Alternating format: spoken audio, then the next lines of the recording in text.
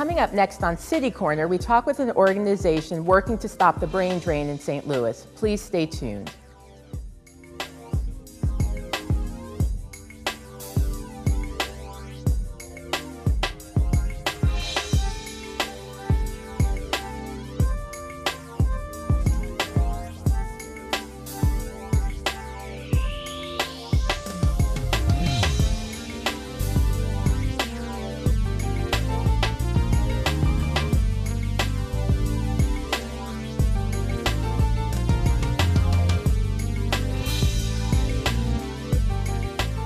Welcome to City Corner. I'm your host, Melanie Adams.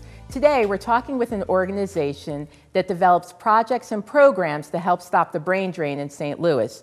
Joining me now is Karen Mandelbaum and Zoe Sheriff, representing Brain Drain, but also projects Sloop and City Pulse. Thank you for joining us.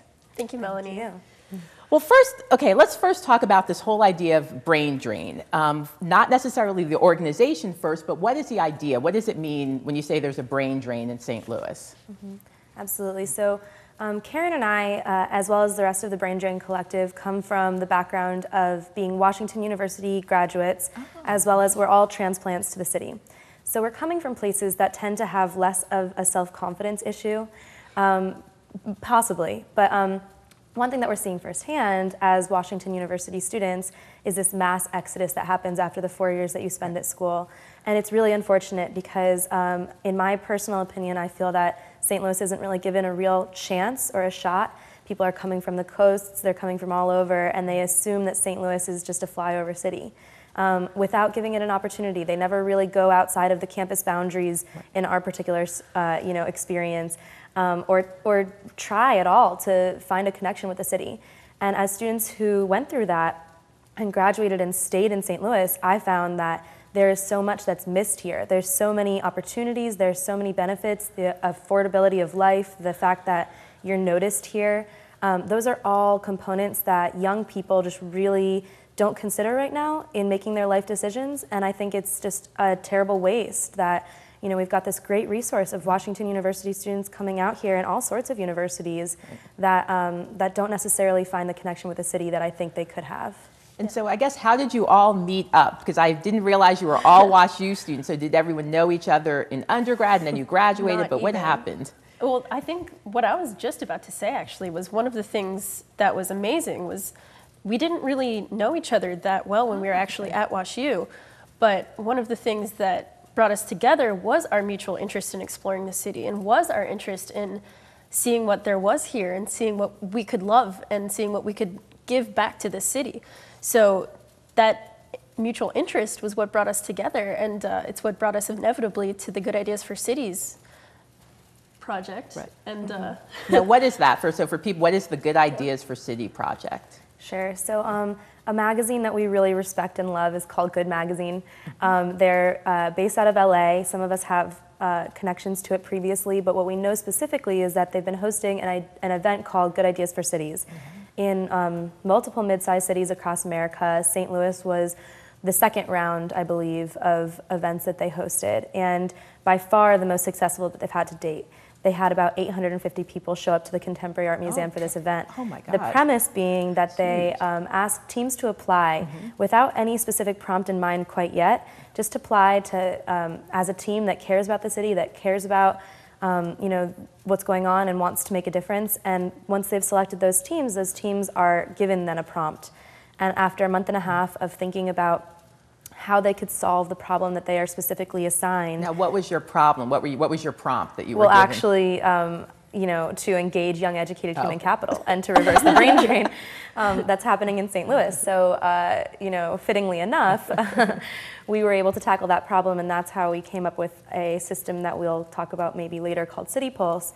But the thing that was so wonderful and magical to me about Good Ideas for Cities was that we were able to see other cities like Portland, like Detroit, engage with this, event, and really, it was so obvious how much St. Louis shined. There was a huge turnout. It was the beginning of many conversations that I think have resulted in some tangible, actionable items that have come out of that. So we were just very lucky to be able to engage in a project like that and actually follow through with it. And it's part of what we're still working, one of the things that we're still working on today. Well, it's interesting because I think one of the things you said, which comes across, I think, when you talk to a lot of people who aren't from St. Louis who come here, they talk about how people don't either appreciate what's here or they don't know what's here. Did you find that a lot? You were saying as students at Washington University, did you come east of Skinker? Were there opportunities to get involved? Well, part of the problem is the campus is so fantastic, and they have everything there, right, in a couple block radius, that there isn't much incentive to explore the city, and you really have to be self-motivated to go and do that. So part of what we were working on is actually finding other ways to motivate more exploration and motivate more curiosity in what else is out there, because there's so much. You just need to find it for yourself. So Yeah, we'll I talk would about that a say little later. I'm one of those examples of the people who didn't leave the campus. And I don't necessarily regret it because I now get to see St. Louis here. The other problem, besides that it's such a beautiful campus, is that there's so much going on. It's a group of overachievers who just really want to be involved and do things. And so there are so many ways to be involved and do things on campus that almost take your time away from getting to know the city. And I imagine that happens in most universities in the region. So I wouldn't say that there's no way to engage those students, but it has to be within their means, what they can handle as students. So being realistic about how we can get them out to the city to explore every now and then, or just to give it a chance, give it an opportunity. So I was one of those reluctant few who I stayed here admittedly for a job. And I'm a convert. I'm from the East Coast. I thought I would move back to New York immediately, and staying here was not my top choice, and I did because I loved the job. And almost immediately after I feel like I moved to St. Louis then, even though I was technically geographically living here for 4 years prior. Almost a month or two after I decided to stay here for a period of time, I decided that I wanted to stay here longer. Already I had decided that, and shortly after, I was part of a collective that tries to promote the values of keeping young people in St. Louis. So I think it was a successful story. Well, it was interesting because you mentioned other cities. You mentioned Portland, Detroit, you're from New York. I guess, how do you explain to people that, yes, St. Louis has more to offer and that's why I'm staying here? Do you get those questions from family and friends like, why are you still in St. Louis? All the time. And you just have to say, you should come here and you should spend a couple days with me. You should see the city and you should see what it has. And I'll show you a great time here because there are a bunch of things I love. And through our excitement and our energy, I think that's the best way to tell people about St. Louis. So. Yeah.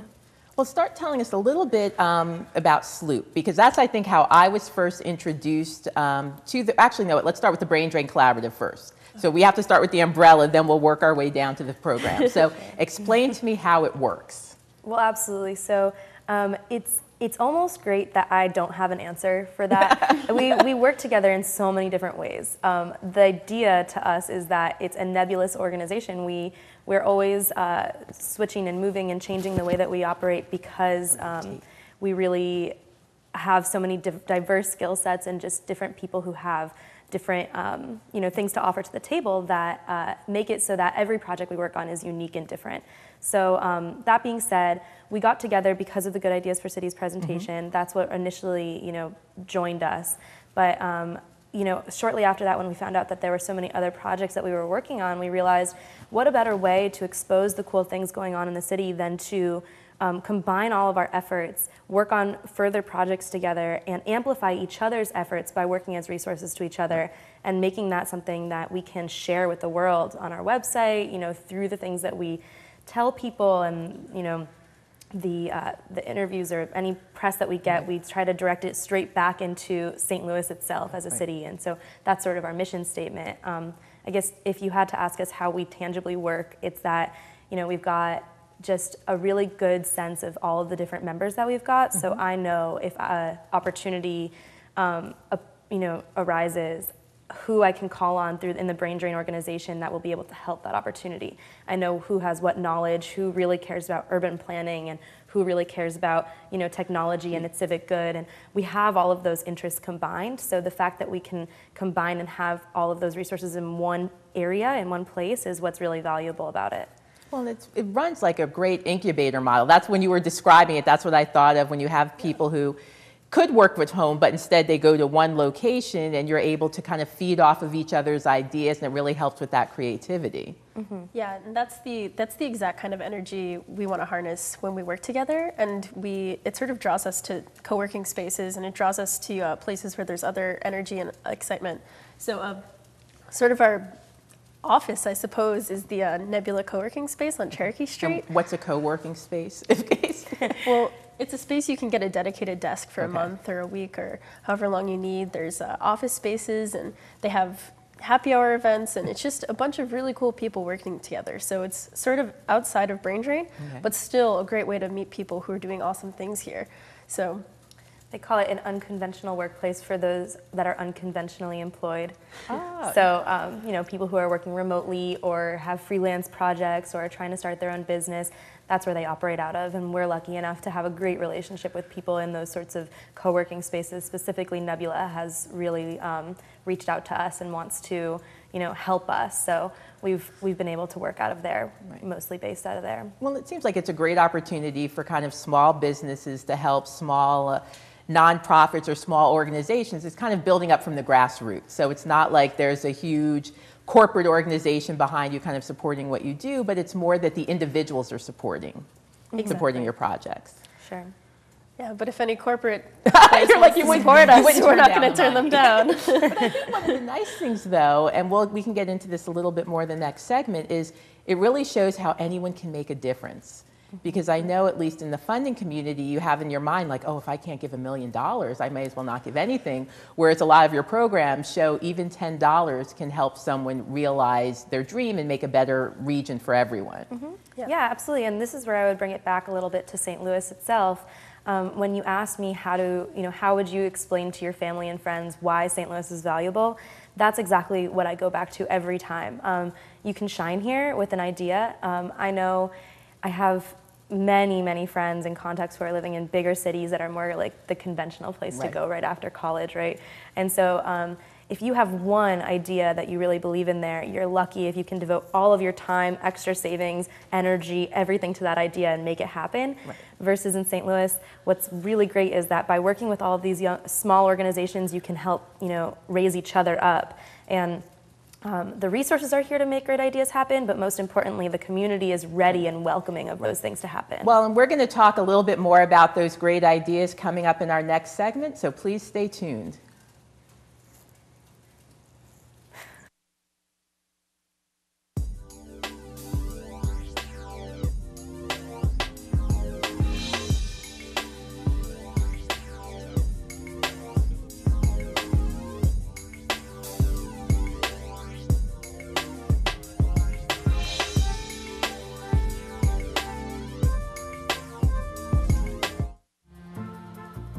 Abandoned and lost.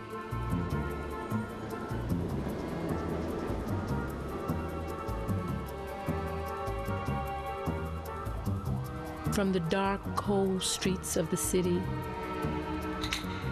to a cage in the local shelter, to heaven, your lap.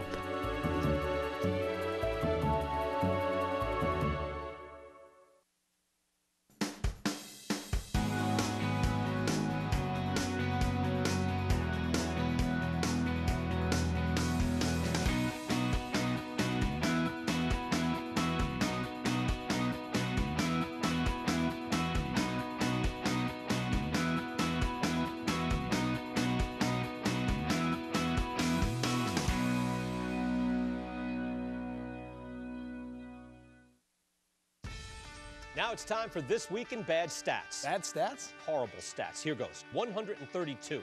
That's how many batters struck out 4 times in one game last season. Wow, very good. Here's a tough one, though. 3 and 4. No idea. That's how many kids witness bullying. 3 out of 4. That's not a good stat. No, it's not, but it can change. Kids want to help, but they don't know how.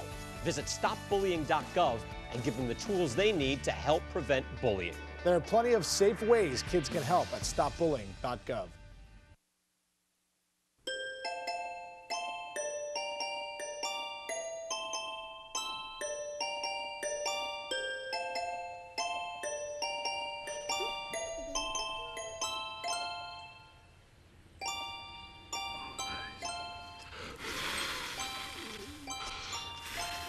The smallest moments can have the biggest impact on a child's life.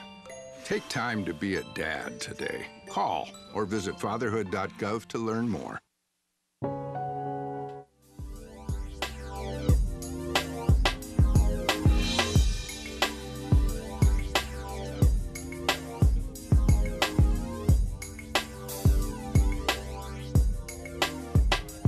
Welcome back to City Corner. Today we're talking with the Brain Drain Collaborative about the various programs they're doing to help engage people in the city of St. Louis.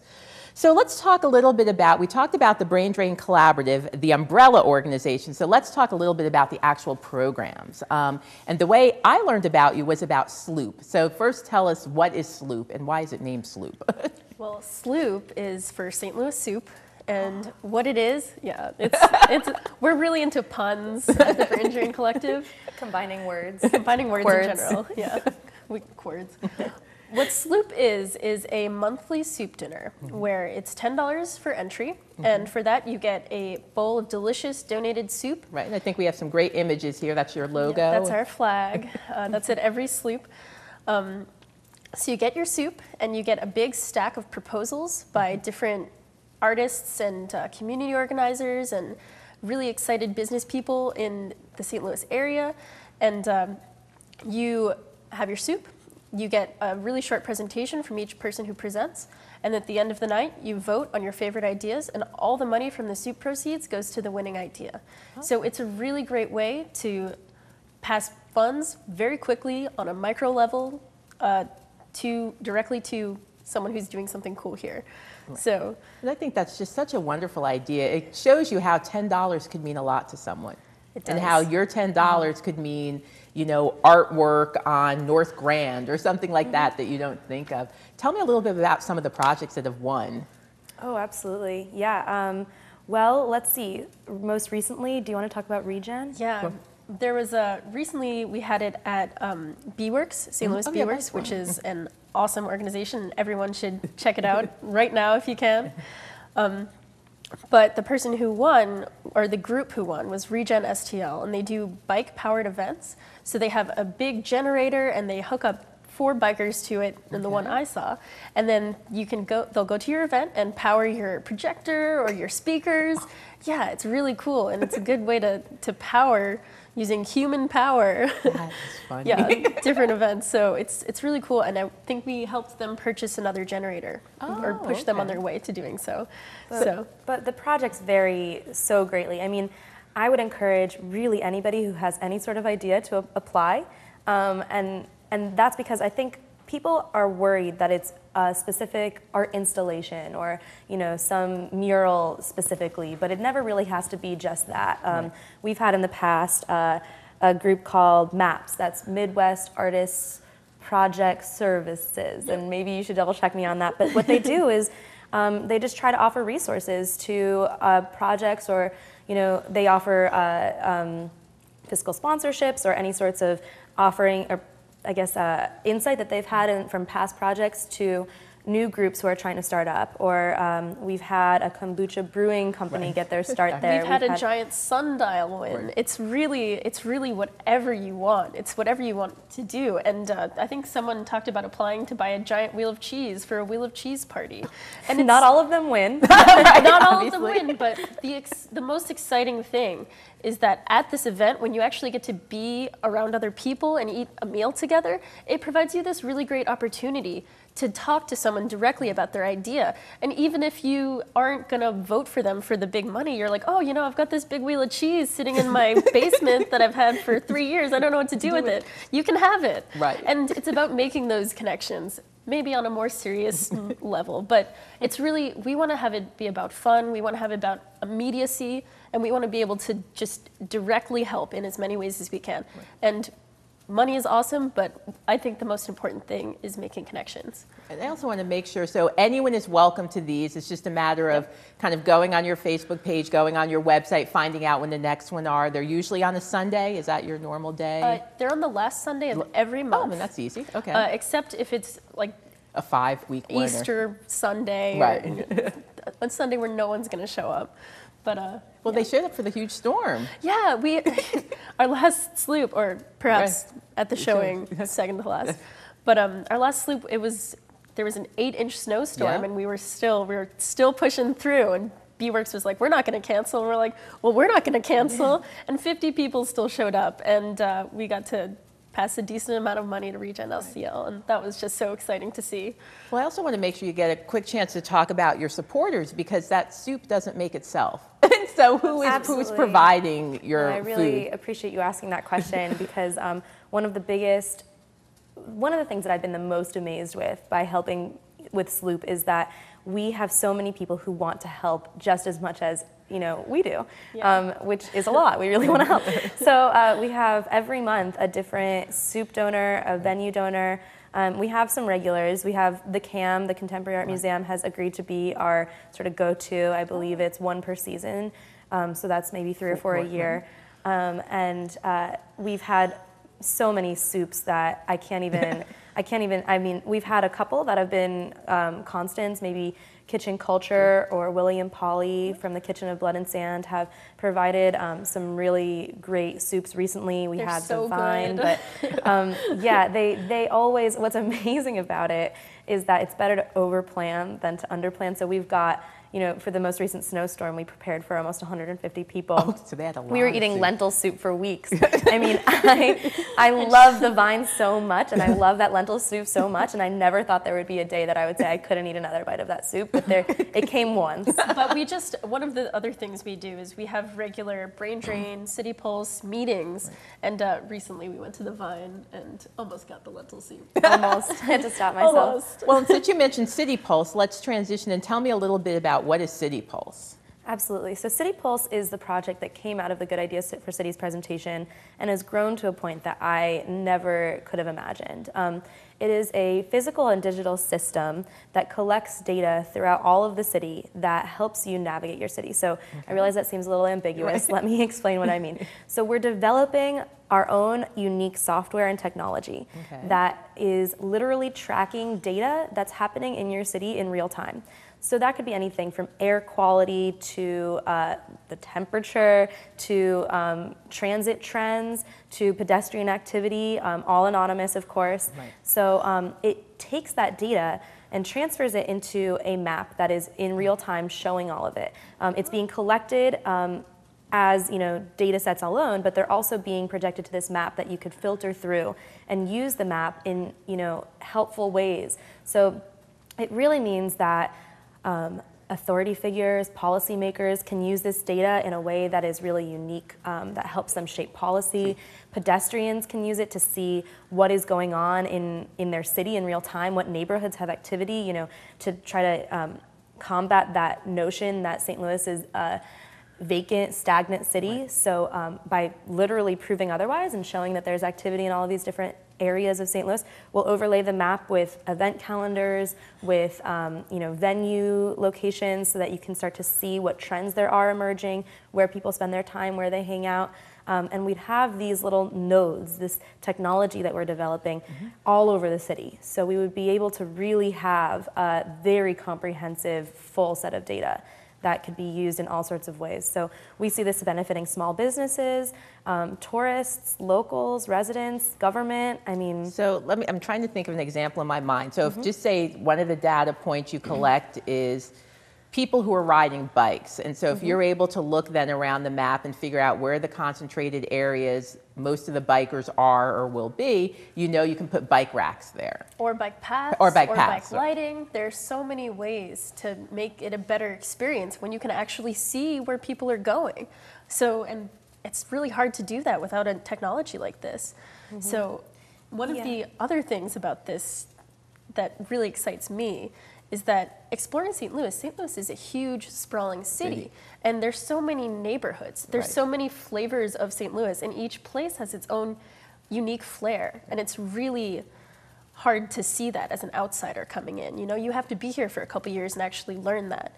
But this would be an amazing way to visualize that and to actually see each little node in the city where things are happening and connect on a much easier level. in my opinion, what is the most valuable aspect of City Pulse is that there are already so many places that aggregate things. Like one other component is that we've been placing tweets, live tweets or live Facebook check-ins. They're all geotagged, or the ones that have chosen to be geotagged will be amplified on this system. So that's something that, a lot of people are really interested in big data right now and collecting all of those little tidbits of social media in one place. The thing that hasn't been explored yet is actually, collecting the data of a city. Right. So we've got trends, and we've got social media that's really starting to expose this movement and this trend towards using data for good, but we don't have anything that's actually collecting real-time physical activity of a city.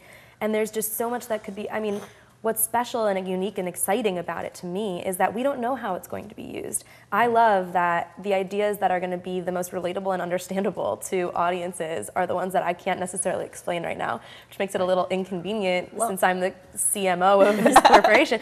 But it does get me very excited about how this physical city data can be used to change the city. Well, and I think I want to make sure I also give you, we have a couple of more minutes here. How do people join? So I'm watching this and I'm like, hey, I am really interested in what they're talking about. How do I join and participate? And I want to do more than just come to a sloop. I want to help you organize one. So how do people get involved? Email us. Email us. We've all got our emails on the website. Right. There's that, but then what I would say specifically, and this is one of my favorite things that Brain Drain does, we host a weekly happy hour. Oh, that's right. We call it Crappy Hour. It stands for Creative Happy Hour. Don't feel any pressure to be an artist or a designer. Creative is a very loose term. We really don't even talk about fonts. That's one thing that people have asked me before. We happen to be a group of graphic designers for the most part. But we do talk about fonts. Okay, Karen, we're trying to get people to come to this event. We won't only talk about fonts. Now, do they change locations? Can we find where those are on your website? We are every week at Urban Chestnut around 6 o'clock on Wednesdays. Urban Chestnut is a local brewery, a craft brewery that's on Washington Avenue, not quite downtown, a little bit west, but the happy hour happens every week. Sometimes we'll be promoting other events that might go at the same time as well. 6 o'clock on a Wednesday, every Wednesday. Sometimes we'll find a conflict, but there are always people there, whether it's a small group, which they've gotten down to like 10, to the largest groups, which are 40 or 50 people. Well, I want to make sure we have time because I want you to just say your website really quickly so people know that. Great. Braindrain.co for the larger collective. We've got citypulsestl.org for City Pulse and stlsloop.com for Sloop. But braindrain.co is really where you can find out about all of our organizations and who we are. Great. Well, I've had a wonderful time talking with you, and we encourage people, if you are interested in any of the interested in the organization or any of the projects that you learned about today, to please check out their website, and see you next time on City Corner.